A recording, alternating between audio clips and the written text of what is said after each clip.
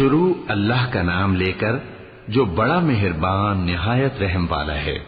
اے نبی، مجاہد لوگ تم سے غنیمت کے مال کے بارے میں دریافت کرتے ہیں کہ کیا حکم ہے۔ کہہ دو کہ غنیمت اللہ اور اس کے رسول کا مال ہے، تو اللہ سے ڈرو اور آپس میں صلح رکھو، اور اگر ایمان رکھتے ہو تو اللہ اور اس کے رسول کے حکم پر چلو۔ مومن تو وہ ہیں کہ جب اللہ کا ذکر کیا جاتا ہے تو ان کے دل ڈر جاتے ہیں، اور جب انہیں اس کی آیتیں پڑھ کر سنائی جاتی ہیں تو ان کا ایمان اور بڑھ جاتا ہے، اور وہ اپنے پروردگار پر بھروسہ رکھتے ہیں،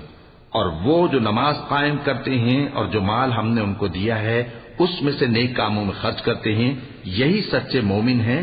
اور ان کے لیے ان کے پروردگار کے ہاں بڑے بڑے درجے ہیں اور بخشش اور عزت کی روزی ہے۔ ان لوگوں کو اپنے گھروں سے اسی طرح نکلنا چاہیے تھا جس طرح تمہارے پروردگار نے تم کو تدبیر کے ساتھ اپنے گھر سے نکالا، اور اس وقت مومنوں کی ایک جماعت ناخوش تھی، وہ لوگ حق بات میں اس کے ظاہر ہونے کے بعد تم سے جھگڑنے لگے، گویا موت کی طرف ہانکے جاتے ہیں اور اسے دیکھ رہے ہیں۔ اور اس وقت کو یاد کرو جب اللہ تم سے وعدہ کرتا تھا کہ ابو سفیان اور ابو جہل کے 2 گروہوں میں سے ایک گروہ تمہارے لیے مغلوب ہو جائے گا، اور تم چاہتے تھے کہ جو قافلہ